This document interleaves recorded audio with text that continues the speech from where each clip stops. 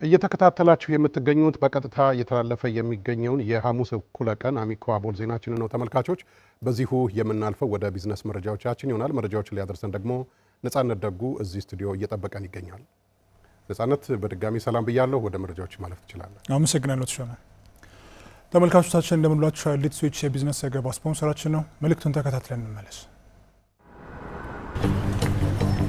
በቃ ሙላባትና ነስታ አታረገው ያረ ሙላባት ያው ሌቴ ማለለ ኮዛጋ ገና ይኑላ ሰልፍ ጠብቂ ያውልህ ባዶ ኢቴም እዛ ጋር አለልህ። አይ እኔ የምጠቀመው ክፍያ ካርድ በሌላ ባንክ ስለሆነ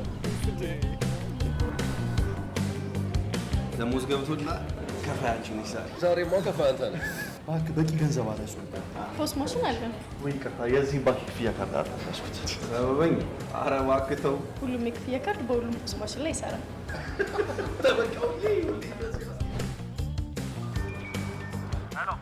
መዋጮ አንስጠልኝ በዛው በእናትህ ምንም ብር የለም አሁን እጄ ላይ እንዴ። ያው እንደዛ ጋር እኮ ኢቴም የኔ ክፍያ ካርድ እኮ ግን እዛኛው ማሽን ላይ ይሰራል። ሰበቡ እሱ እኮ ድሮ ቀረ። ለካ ሁሉም የክፍያ ካርድ ሁሉም የክፍያ ማሽን ላይ ይሰራል። ታዲያስ የያዙት ካርድ ከየትኛውም ባንክ ቢሆን በሁሉም ኤቲኤም ገንዘብ ማውጣትም ሆነ በፖስ ማሽን ክፍያ መፈጸም ይቻላል። ኤት ስዊች ይህን እውን አድርጓል። ኤት ስዊች ክፍያን በቀላሉ። ኤት ስዊች የቢዝነስ ዘገባ ስፖንሰራችን ስለሆነ ከልብ ነው የምናመሰግነው። ተመልካቾች አብራችሁን ቆዩ። ወደ ውጭ በሚላኩ ምርቶች የተሻለ ምንዛሪ ለማስገኘት ምርቱ ላይ እሴት ጨምሮ በመላክ እየተሰራ መሆኑን የክልሉ ንግድና ገበያ ልማት ቢሮ ገለጸ።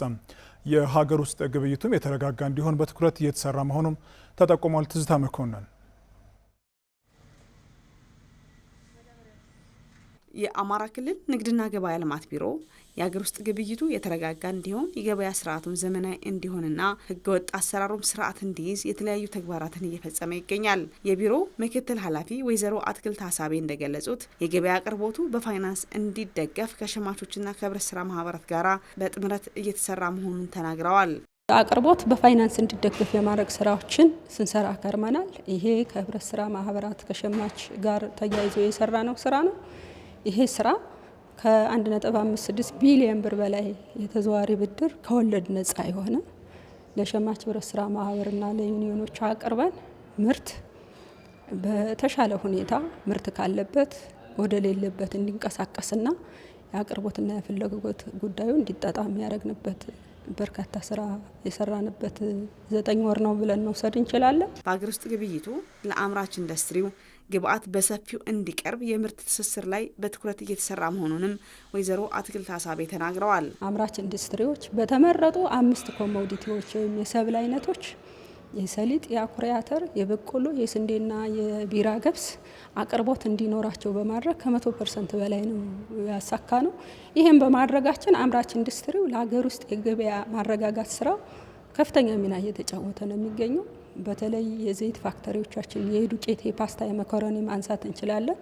ገበያውን በማረጋጋት ኢቭን የበቆሎ በገበያ ማዕከልም ጭምር ገብተው ምርታቸውን እንዲያስተዋውቁ እንደ አንድ የምግብ አማራጭ ሆኖ እንዲቀርብ በተለይ በቅንጨው መልክ እንዲቀርብ ጭምር ልምምዶች እንዲኖር ከአምራች ኢንዱስትሪው ጋር ሰፊ ስራ በመስራታችን እየታዩ ያሉ ውጤቶች አሉ።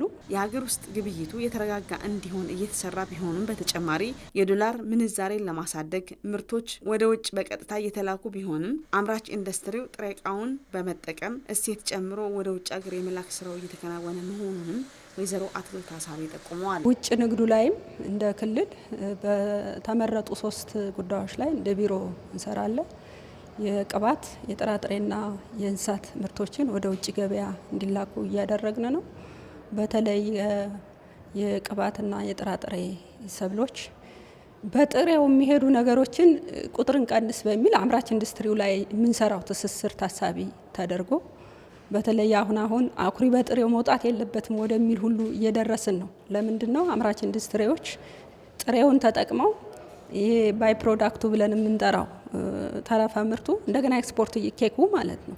ኬኩ ኤክስፖርት እየተደረገ ነው። እሱ እንደተጠበቀ ሆኖ አሁን 100% እናስቀራለን ወደሚለው የምንሄድበት መንገዱን የጀመርነው ቢሆንም በጥሬውም በተወሰነ ሌብል እናደርጋለን በሚል የጀመርነው ስራ አለ። በሀገር ውስጥ የሚመረተው የጥጥ ምርት ጥራትና መጠን ላይ ቢሰራ ለኢትዮጵያ ጨርቃጨርቅና አልባሳት ፋብሪካዎች ትልቅ አቅም እንደሚሆን የባህር ዳር ጨርቃጨርቅ ፋብሪካ ገለጸ። አርሶ አደሩ ከባህላዊ አመራረት ወጥቶ ጥጥን ዘመናዊ በሆነ መንገድ በባለሙያ በመታገዝ ማምረት ቢችል ሀገሪቱ በጥጥ ምርት የተሻለ ተጠቃሚ እንደምትሆን ተገልጿል። የዝባለም ጌታነህ በዝርዝር ትነግረናለች። በኢትዮጵያ የጨርቃ ጨርቅና አልባሳት ኢንዱስትሪ ውስጥ እንደ ዋነኛ የጀርባ አጥንት የሚጠቀሰው የጥጥ ምርት በአሁኑ ወቅት በአማራ ክልል ሰፋፊ የእርሻ መሬቶች ላይ ከፍተኛ ተስፋ እየታየበት ነው። ክልሉ ያለውን ሰፊ የቆላማ መሬት አቅም በመጠቀም የምርት መጠኑን ለማሳደግ ጥረት እየተደረገም ይገኛል። የባህር ዳር ጨርቃ ጨርቅ ፋብሪካም ሙሉ በሙሉ የጥጥ ግብዓት የሚያገኘው ከሁመራና ገንዳ ውሃ የጥጥ ማሳዎች ሲሆን ለፋብሪካው ማሽኖች የጥጥ ምርቱ ምቹ እንደሆነ የፋብሪካው ዋና ስራ አስፈጻሚ አቶ አስቻለው ሙሉ አለም ተናግረዋል። የሀገር ምርት በማስተዋወቅም በማድረስም ኃላፊነትን መውሰድም መስራትም ስላለብን ከዛ አኳያ እኛ ሙሉ ግብዓታችን የሀገር ውስጥ ጥጥ ነው የምንጠቀመው። ላሉን ማሽኖችም ኮምፎርቴብል ነው መጠቀም ብንችል ህዝብ ላይ ማምረት ብንችል አይደለም ከውጭ ማስመጣት እኛ ወደ ውጭ ኤክስፖርት ማድረግ የሚችል አቅም ያለን ራሱን የቻለ ተሰጥኦ ያለበት አካባቢ ስለሆነ አጠቃላይ እኛ ጋር እዚህ ውስጥ ነው የምንገዛው። የጥጥ ምርት ጥራት እንደ ሀገር ትኩረት አለማግኘቱ ኢትዮጵያ ከዘርፉ ማግኘት ያለባትን ጥቅም እንዳታገኝ አድርጓታል። የጥጥ ምርት ዝርያ አለመለየትም አንዱ ችግር ነው። ጥራት ላይ አብዛኛውን ታይም እንደ ሀገር አልተሰራበትም። ጥራት ላይ ምንድነው የጥጥ አይነቶቹ የተለዩ አይደሉም። የዝርያ ታይፓቸው ይለያል። እንደ ዝርያ አሁን እኛ ጋር እንደ ንጋት ኮርፖሬት እኛ በንጋት ኮርፖሬት ስር ስላለን ንጋት ኮርፖሬት የራሱን የእርሻ ማሳ ከገበሬዎች ጋር ኮንትራት ፋርሚንግ በመውሰድ ጥጥ ዝርያዎችን በማቅረብ ስራዎችን ሰርቷል። እዛ ላይ የተሻለ ውጤት አይተንበታል። ስለዚህ የጥጥ ዝርያዎች ላይ ቢሻሻል እንደ ሀገር ቢሰራበት ከፍተኛ የሆነ የጥጥ ማሳ ስላለን ውጤታማ መሆን እንችላለን የሚል እንትና ላይ የጥጥ ምርታማነትን ለማሳደግ አርሶ አደሩ ከባህላዊ አሰራር ወጥቶ የግብርና ባለሙያዎችን ምክር በመከተልና አዳዲስ ቴክኖሎጂዎችን በመጠቀም ራሱንና ሀገሩን ተጠቃሚ ለማድረግ የግንዛቤ ፈጠራ ላይ በትኩረት መሰራት ይኖርበታልም ሲሉ ነው ዋና ስራ አስፈጻሚው አጽንኦት የሰጡት። አርሶ አደሮች ላይ የግንዛቤ ፈጠራ ስራ መስራት ያስፈልጋል።